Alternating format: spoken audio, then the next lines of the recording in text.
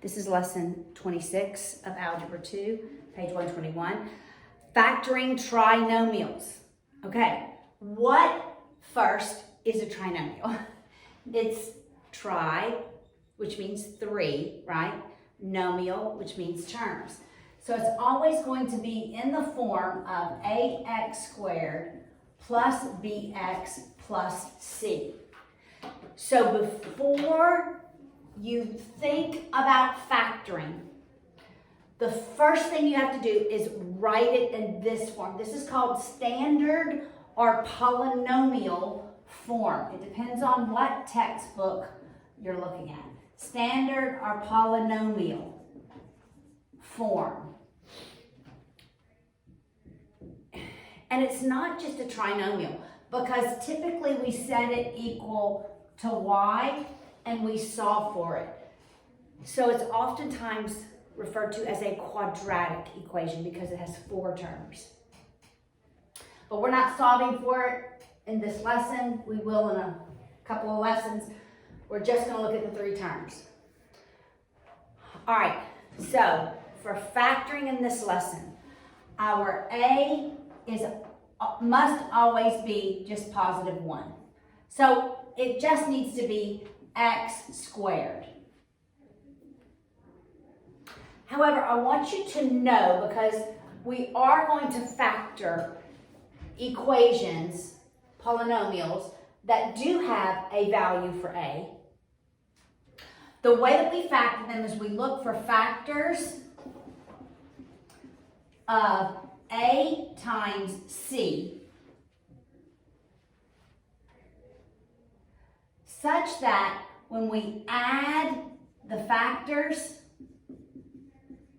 they equal the value of b. All right, so we're looking for factors of a times c, such that we add them and we get the value of b.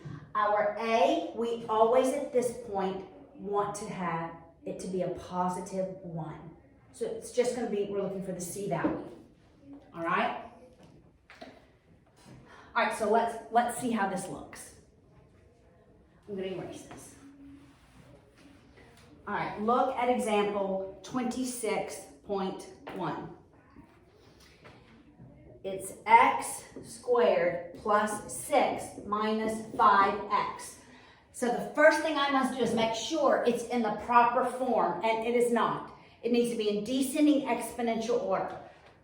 So x squared minus 5x plus 6, that's the proper form.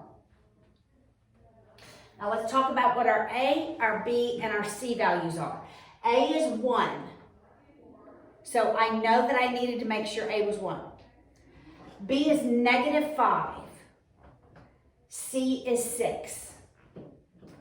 All right, so I'm looking for factors. Factors of a times c, that's 1 times 6, which is 6.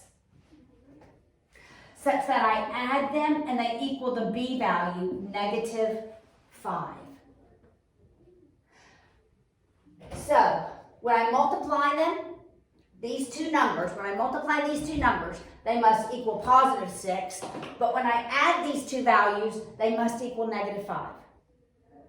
So, positive 1, positive 6 does not equal negative 5. I could make them both negative. Negative 6 and negative 1 does not equal negative 5.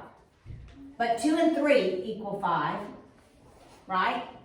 But 2 times 3 is positive 6, but 2 plus 3 is not negative 5. But if I make them both negative, negative 2 times negative 3 is a positive 6, and negative 2 plus negative 3 does equal negative 5. So here's how I get my factors. The sign stays with it. It's the variable with the factor. Variable with the factor.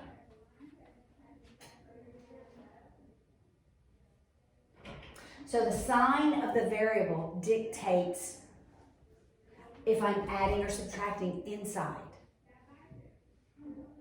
Make sense? All right, look at example 2.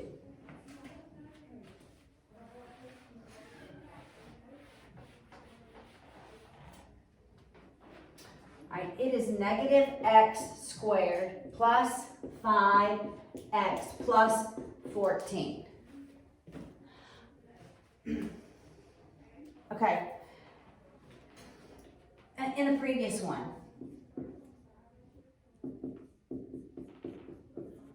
because this was positive 1, if I graph this, it's a parabola.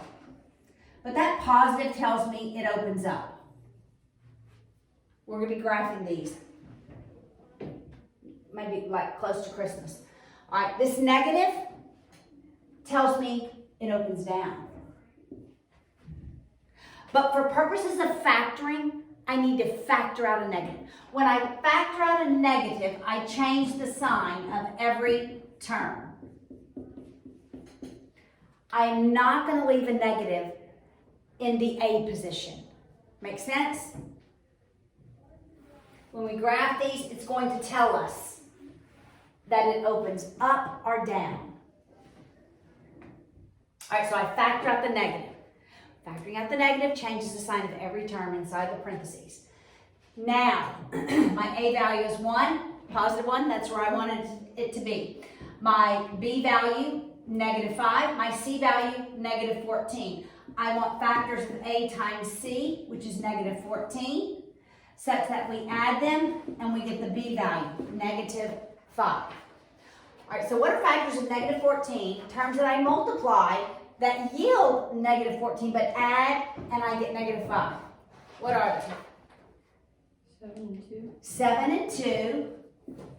One has to be negative. Which one? 7. The 7 has to be negative. So negative 7 times 2 does equal negative 14, and negative 7 plus 2 does equal negative 5. So my factors are x, that negative becomes the minus in the binomial, times x plus 2.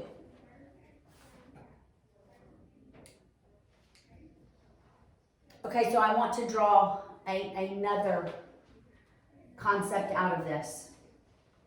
When we solve these, so this negative tells me it opens down. When we end up solving these, we're going to ask, what makes x minus 7 equal to 0? What must x be for this term to equal 0? 7. Okay, so x must equal 7. And 0 times anything is? 0. All right, what would x have to be here to make this term 0? Negative 2. So we are solving eventually for these x values. So if I were to graph it, I know it opens down, right? These are also my x-intercepts. So 1, 2, 3, 4, 5, 6, 7. That's an x-intercept. It's going to cross the x-axis at negative 2, and it's going to open down. Something, I don't know where the vertex is yet, right? The vertex we will calculate later. All right, so these, why do I factor? So that I can find where the graph intersects the x-axis. These terms in textbooks are called roots. In your Algebra 1 textbook, like very early on, they called them roots and not cents. They're solutions. They're zeros.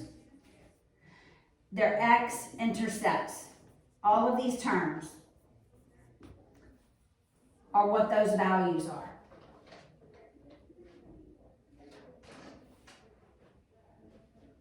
All right, so because Saxon is spiral in nature, what are we doing now? We're just at the first part of this, but here's where we're going, okay? To tie this into what's next. And this terminology is used on the ACT. That's why I like to repeat it often. I can't tell you how many students I've tutored for the ACT that say they can't answer a problem because they don't know what it means. They're asking for the roots. That's all they're asking for. You knew it, but you didn't know the language. All right. Example 3 on the bottom of page 121. All right, we have 24 plus 6x minus 3x squared. First thing, I must write it in standard polynomial form. So the negative 3x squared goes first, 6x next, 20 for the third term. I have an a value. Can I factor out a negative 3 out of every term? If I remember, factoring is really like I'm dividing each term by that. So it's negative 3 times x squared minus 2x minus 8.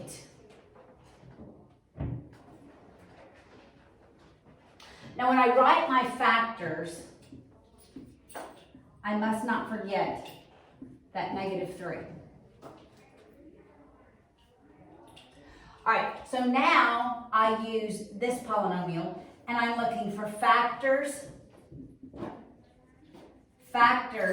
of negative 8, that's my C value because A is 1, such that I add them and I get negative 2. What are factors of negative 8 such that I add them and it yields a negative 2? 2 and minus 4. 2 and negative 4. Because that multiplied is negative 8, that added is negative 2. Getting it? Everybody getting this? All right, so my factors are x plus 2, x minus 4. I'm going to write these over here because we have to remember not to forget that negative 3.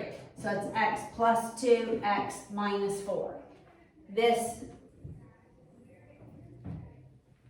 is the correct factors.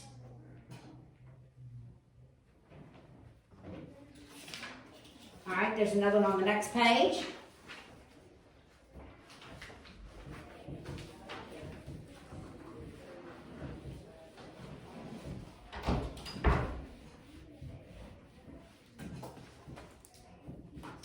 All right, we're 332 x squared plus 12 x cubed minus 2 x to the fourth.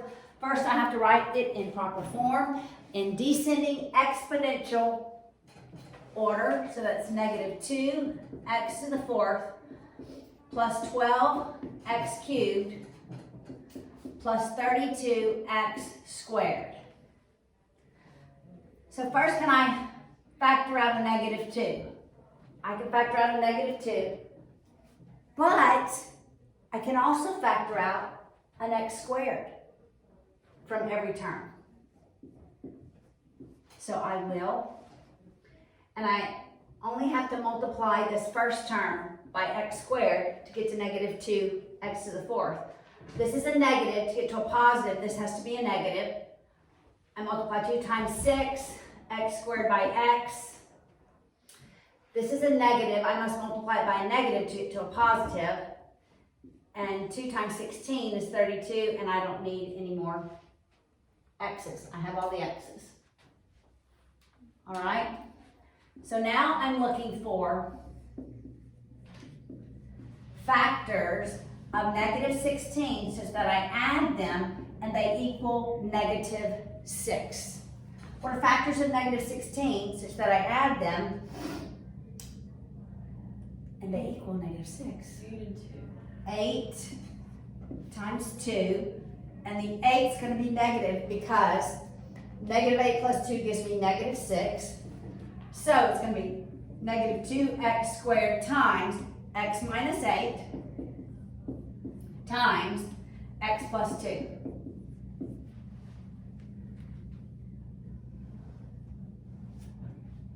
Those are my factors.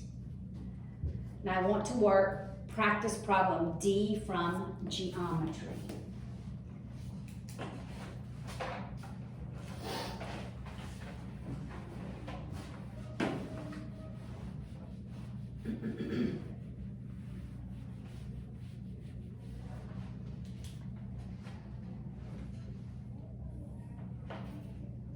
So we have two right triangles. They are similar, the small one and the large one.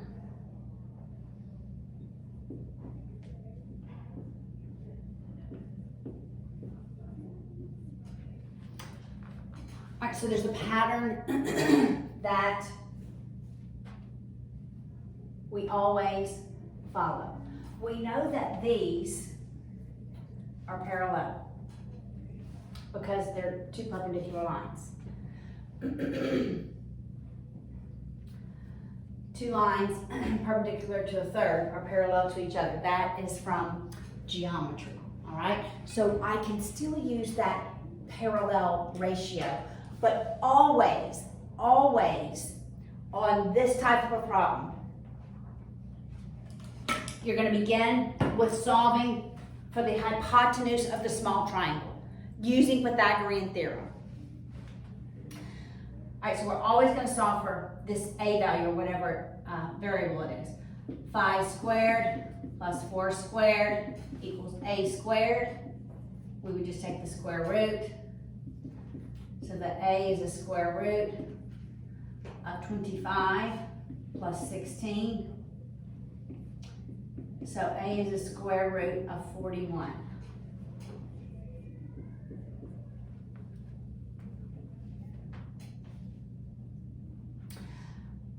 Now,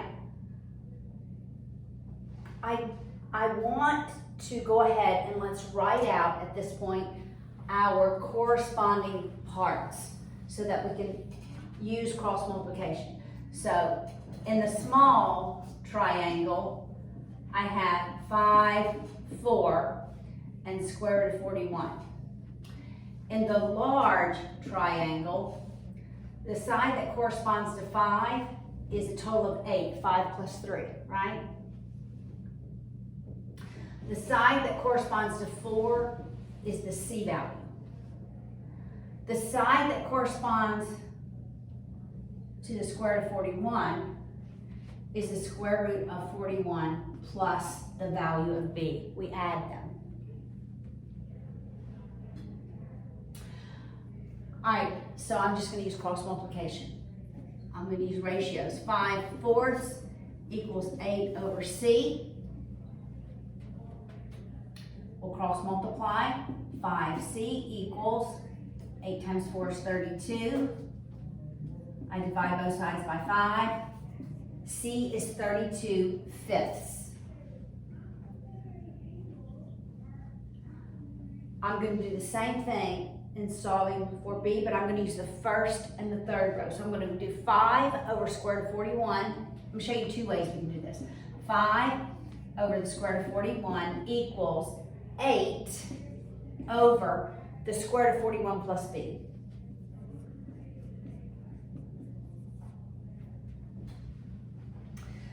So I multiply 8 times the square root of 41.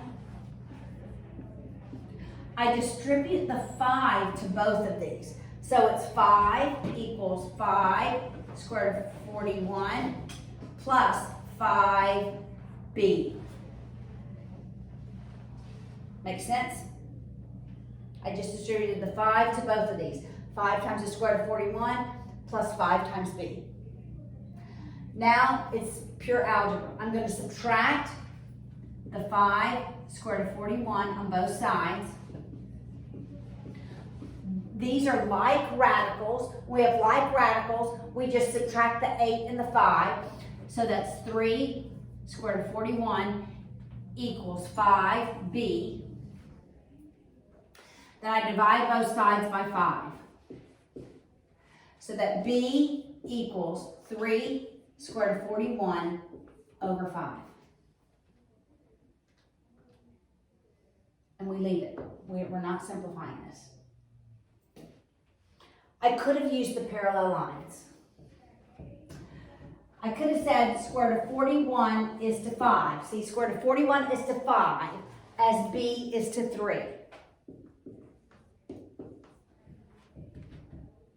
Because I knew these lines were parallel because of the two perpendicular lines. And then cross multiply. 3 square root of 41 equals 5b. Divide by 5. B is 3 square root of 41 over 5. Okay, so you can use either process.